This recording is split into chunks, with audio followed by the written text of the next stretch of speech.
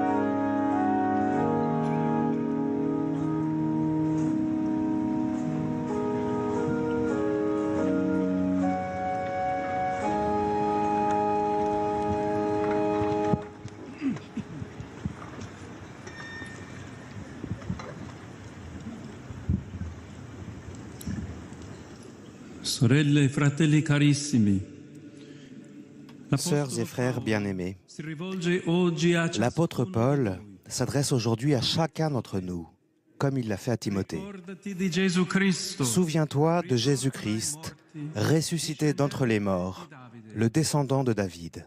la spiritualità mariana, La che nutre spiritualité nostra fede. mariale qui nourrit notre foi a Jésus pour centre. Come la domenica che apre ogni nuova settimana, Comme le dimanche qui ouvre chaque nouvelle semaine dans la perspective de sa résurrection d'entre les morts. ricordati di Gesù Cristo. Souviens-toi de Jésus-Christ. Solo conta. C'est cela seul qui compte. Differenza C'est cela qui fait la différence entre les spiritualités humaines et la voix de Dieu. in catene come un malfattore. Enchaîné comme un malfaiteur, Di non perdere Paul nous recommande de ne pas perdre le centre, il nome di Gesù, de ne pas vider le nom de Jésus de son histoire, de sa croix. ciò che noi riteniamo Ce eccessivo. que nous considérons comme excessif et que nous crucifions, Dieu le ressuscite parce qu'il ne peut pas se rejeter lui-même. Gesù è la fedeltà di Dio. Jésus est la fidélité de Dieu, A se stesso. la fidélité de Dieu à lui-même. Dunque che la domenica Il ci faut donc que le dimanche nous rende chrétiens, cioè della c'est-à-dire que le dimanche nous remplisse nos sentiments et nos pensées de la mémoire ardente de Jésus, nostro modifiant notre manière de vivre ensemble, notre façon d'habiter la terre. ogni spiritualità cristiana si sviluppa da Toute questo spiritualité chrétienne se développe à partir de ce feu qu'est Jésus et contribue à le rendre plus vivant. La lettura dal secondo libro dei Re La lecture tirée du deuxième livre des rois nous a rappelé la guérison de Naaman, le Syrien. stesso commentò questo brano nella Jésus lui-même commenta ce passage dans la synagogue de Nazareth. sua interpretazione Et sulla gente. l'effet de son interprétation sur les habitants de son pays fut déconcertant. Dire che Dio aveva salvato quello Dire straniero que Dieu avait sauvé cet étranger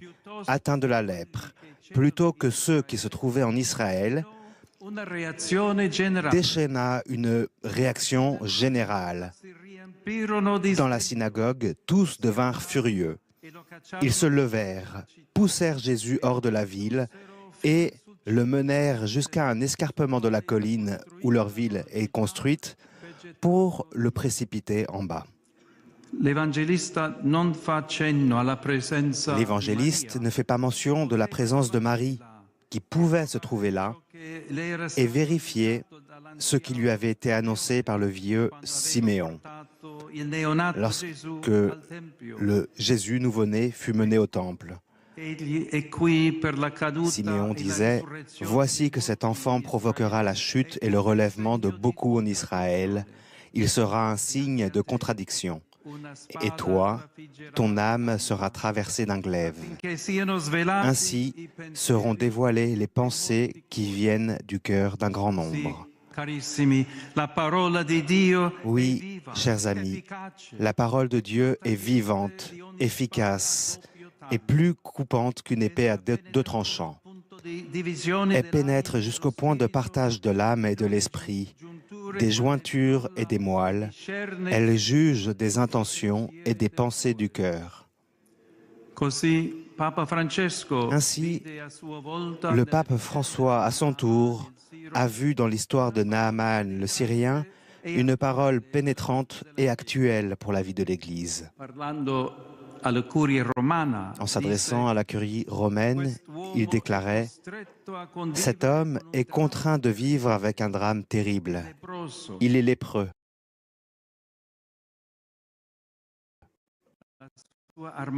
Son armure, celle-là même qui lui procure sa gloire, recouvre en réalité une humanité fragile, blessée, malade. Et cette contradiction, nous pouvons la retrouver souvent dans nos propres vies.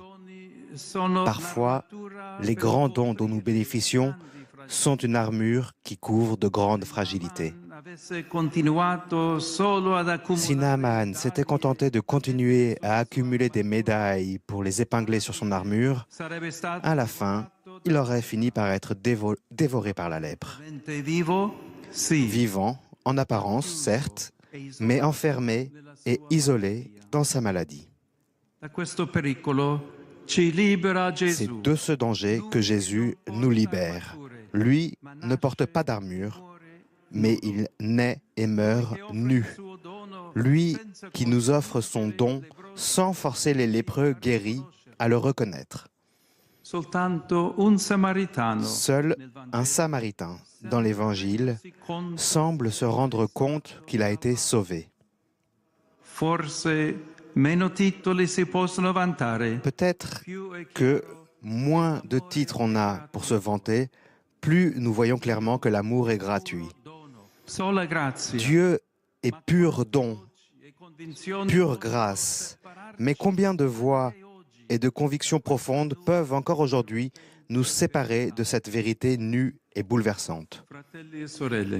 Frères et sœurs, la spiritualité mariale est au service de l'Évangile.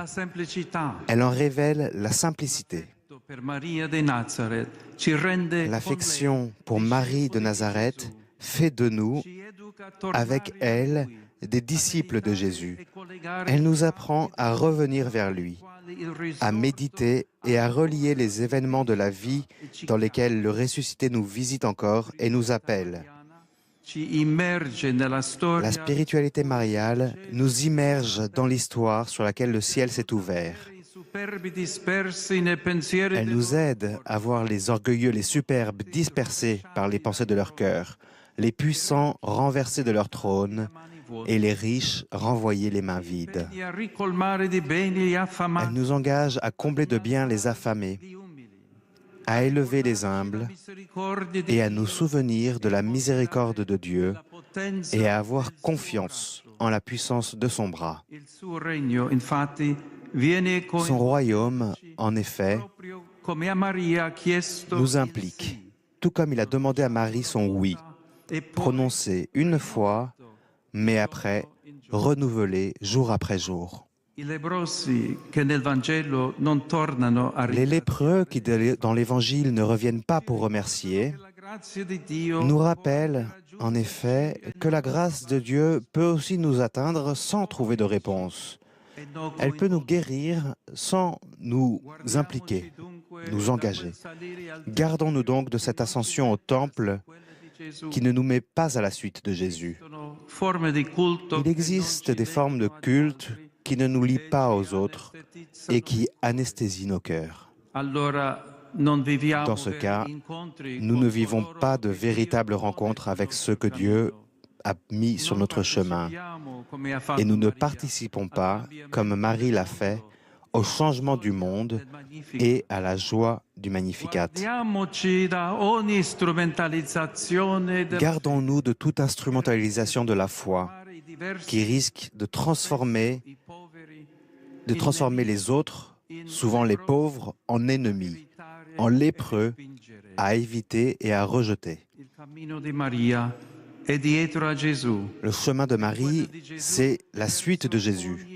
Et le chemin de Jésus est celui qui va vers chaque être humain, en particulier vers celui qui est pauvre, blessé, pécheur. C'est pourquoi la spiritualité mariale authentique rend actuelle dans l'Église la tendresse de Dieu, sa maternité. Car, comme nous le lisons dans l'exhortation apostolique Evangelii Gaudium, chaque fois que nous regardons Marie, nous voulons croire en la force révolutionnaire de la tendresse et de l'affection. En elle, nous voyons que l'humilité et la tendresse ne sont pas les vertus des faibles, mais des forts, de ceux qui n'ont pas besoin de maltraiter les autres pour se sentir importants. En regardant Marie, nous découvrons que celle qui louait Dieu parce qu'il a renversé les puissants de leur trône et a renvoyé les riches les mains vides, est la même qui nous donne de la chaleur maternelle dans notre quête de justice. Chers amis, dans ce monde assoiffé de justice et de paix, maintenons vivante la spiritualité chrétienne, la dévotion populaire pour les événements et pour les lieux qui, bénis par Dieu, ont changé pour toujours la face de la terre. Faisons-en un moteur de renouveau et de transformation, comme le requiert le jubilé, un temps de conversion et de restitution, de réflexion et de libération. Interceda per noi, Maria Santissima, nostra speranza. Que la très sainte Marie, notre espérance, intercède pour nous et oriente toujours nos cœurs vers Jésus, le Seigneur crucifié. En lui se trouve le salut pour tous.